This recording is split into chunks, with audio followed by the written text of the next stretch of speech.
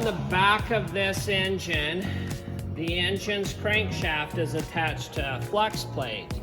This is for an automatic transmission.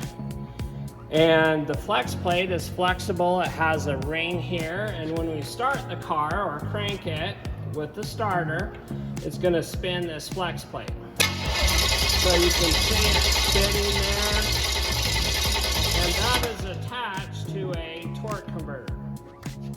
So this flex plate that has a tooth ring attached to this torque converter. This is a torque converter, and you can see it has mounting bolts that is going to be inside of our transmission. So this torque converter is attached to an oil pump, and then it's attached to an input shaft. So right here we have the oil pump assembly, and inside there's some little teeth on the oil pump, and this is our input shaft here. So that torque converter is attached to this input shaft that is attached to the different gears inside of our transmission. So that torque converter is going to deliver power to that input shaft. So again, we have a flex plate that's bolted to this torque converter, and it goes to an input shaft. And then inside of the torque converter, this is a cutaway. We have the notches that attach to the oil pump, and this impeller will then spin and circulate fluid to this stator. This is a stator, and it's a one-way clutch. And this stator goes onto a turbine, and the whole torque converter is an assembly. So we've got our impeller that has pins here, stator to the turbine, and then you can see these little gears right here. This little gear is attached to that input shaft. So that input shaft goes into the transmission, and then we have all of these clutches and steels. So there's clutch disc steels, and there's planetary gear sets with bands here that engage planetary gear sets with clutches and bands to an output shaft here on the back. And so based upon what is being held in place, we'll transfer the power from our input through that planetary gear set to an output shaft. This is all controlled by a valve body. And so we have, this is a pump, this is a valve body, and we have little galleries where fluid passes through the valve body to engage and disengage these clutches and bands. So you would see something like this. This is a valve body. So internally, we'll see our oil pump is here. You can see this is our oil pump. This right here is our band that holds this drum in place. And this drum right here is spinning a planetary gear set. And say I'm going to hold this band, then I spin the other pieces that deliver the power output. So based upon what is being held in place, okay, we'll spin different directions for reverse or change the gear ratios to my output shaft. To give you a closer look of some of the internal parts, we have our clutch discs and steels. See, these are stills that are placed between, and they're gonna have teeth.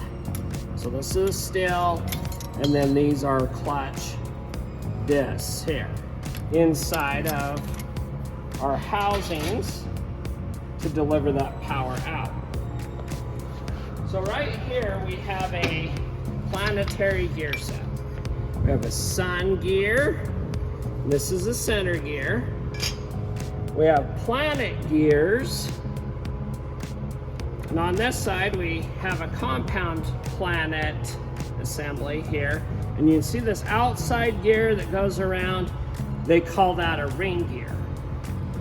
So the three major gears inside of an automatic transmission is our sun, planets, because it goes around the sun, and then our ring that holds those planets in. Okay, and it drops in. Based upon what's held will determine the output speed of what's being held in place. So I'm holding the sun gear. You can see this is spinning. If I hold the planets right here with my hand, okay, then you can see the sun gear is spinning at a different speed. And then if I hold the ring gear, okay, then it will change the speed here. So based upon the ratios of the gears will determine the output shaft speed. At the base of the transmission, the valve body, you can see this valve body. We have some electrical solenoids that engage and disengage our different gear sets. So this is the control, fluid control of the transmission. Before it pulls fluid from this pan that we've cut away to show you this pan, inside the pan there's a filter, and this filter is going to take fluid here, filter it, and then go up into the transmission because we want clean fluid going through the transmission. And we can see this filter element here. As we cut it in half, you can see it's black as it tends to wear down. And sometimes you'll see metal shavings in this filter. It'll keep the metal shavings from going up into the transmission and causing internal damage. So the filter is very important that we replace this every time we do a transmission service if possible.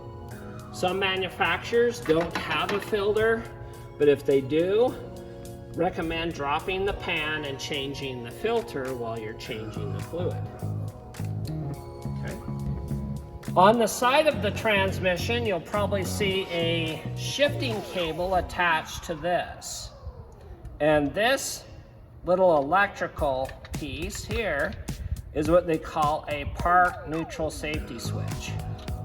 So there's little electrical terminals there that report to our instrument cluster and our transmission control module what position the transmission's in.